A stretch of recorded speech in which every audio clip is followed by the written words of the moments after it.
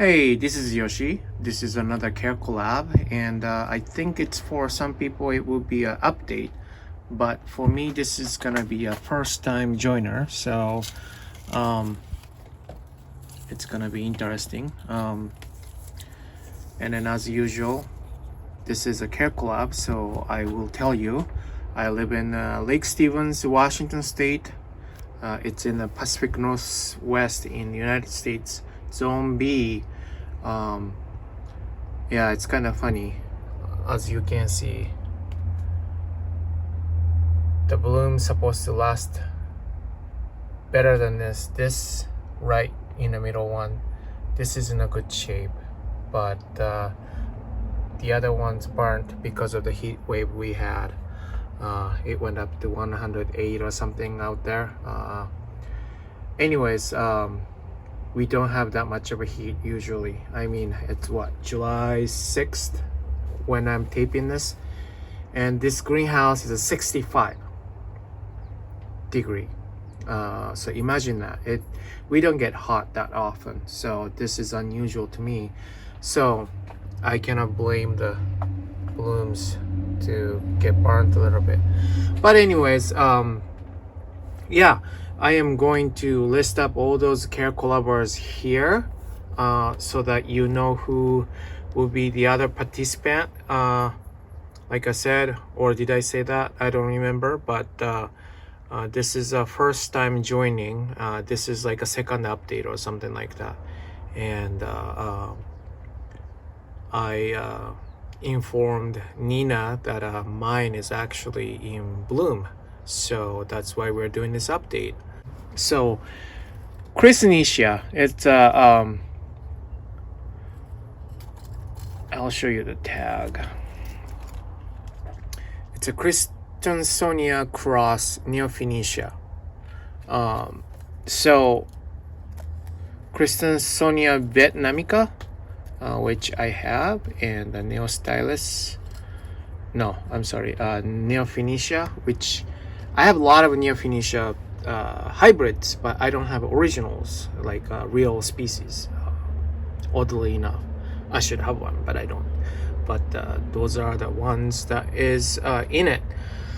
I think it's primary cross, and yeah, it's really pretty, and it smells wonderful too. It's more on jasmine side. Let me smell again. It's not smelling really strong today because it's cloudy at this point, but when it's sunny it has better scent. I mean, it's stronger. That's what I should say. Hold on, let me fix this tag. It drives me crazy when it doesn't go in, so I'll be right back. Well, I had a hardest time putting in a tag bag because the roots liking the clay pot so much, it's going around it. Look at that. And it didn't have this. I had this. It came in one of those little pots, the mesh pot, just like that. And then well, that one's a repot too, but I mean, that's how it came in. And then I don't remember what it was in, but I reported it to this little clay pot, and it liked it so much, it's just going around, and you can see inside probably there too. You see that inside? Yeah, it's just going around and just totally hanging on to it, and I cannot remove this. I probably cannot repot it without breaking it.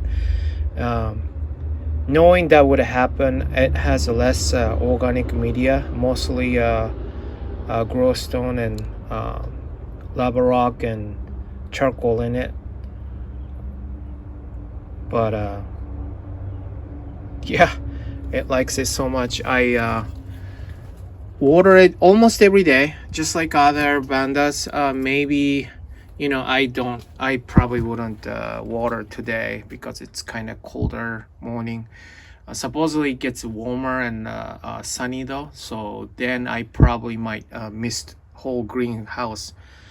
But when I missed the greenhouse to keep the temperature down, I usually mist towards the Vandas, which includes these guys. Of course, this is a Vandaceous type.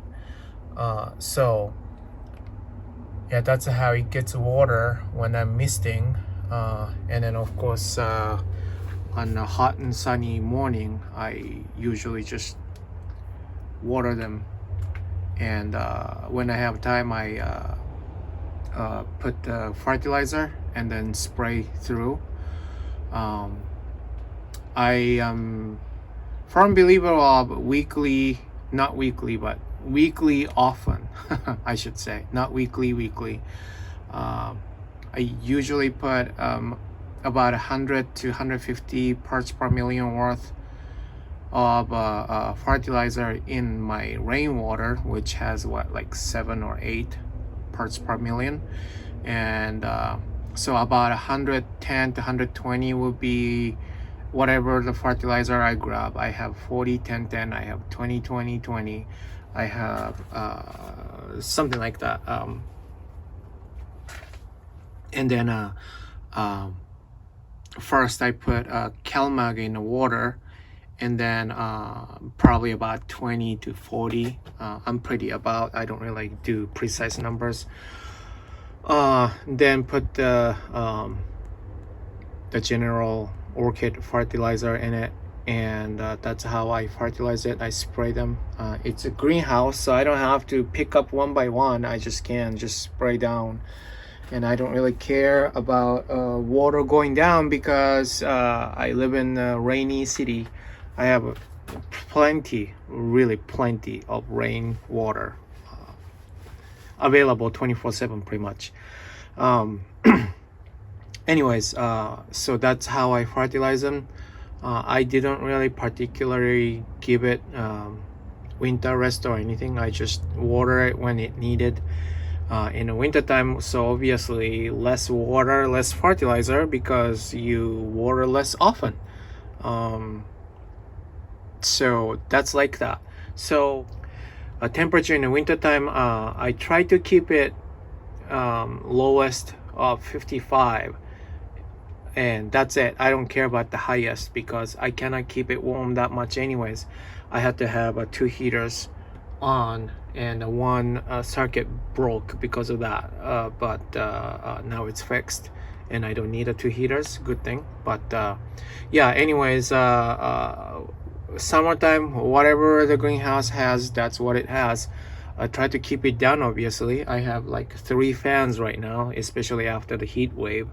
I try to keep the temperature down below 100 if possible. And yeah, talked about water, talked about temperature, and now lighting. I get, this is a 50% shading net right here, and this is facing east, and I have no virtually no obstacle. So when it rises and it's sunny, it gets really bright light here, and it goes up there, and then there's I don't know if you can see, but there's a tree, so it makes a shade here, maybe around noon, 1 o'clock, somewhere around there, in summertime that is. Then it goes down on opposite side. Sorry, it might make you dizzy, but then the shade blasts from here and then start again here, and then it goes there. There's gonna be a sunlight.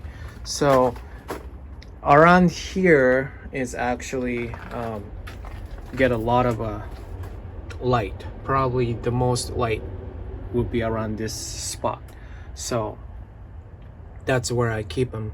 I mean, I don't really particularly care about how long of a sunlight or bright light it's getting. It's just situated here along with other hanging pots here, and it just happened to bloom it here, so I call it its home here. So yeah, that's pretty much it. very easy going so far. Roots growing great. I have no problem. Very cute. A little bit of a white to change into a little bit of a creamy green, I should say. Very cute one. So yeah, what else can I tell you? That's pretty much it, right? It's easy going. Strongly recommended to whoever is thinking about getting it. Being said that, I don't really see it often available in orchid nurseries. Maybe Orchid Classic, maybe, you know, those famous Vanda sellers or Phalaenopsis sellers. Maybe I happen to have one available, but it doesn't have a spike. I'm sorry.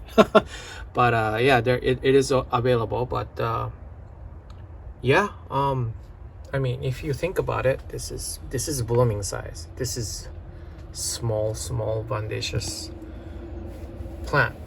Strongly recommended for people who doesn't have much space, and obviously you can grow it potted too, but it's gotta be clay pot though. It needs an airflow. This is a big chunk of lava and whatever is in it, as you can see. So yeah, then you're all good, right? So hope that helps somebody, and check out other guys. This one particularly, not many people are joining in this time, so yeah, check them out, and you guys have a good day. Bye.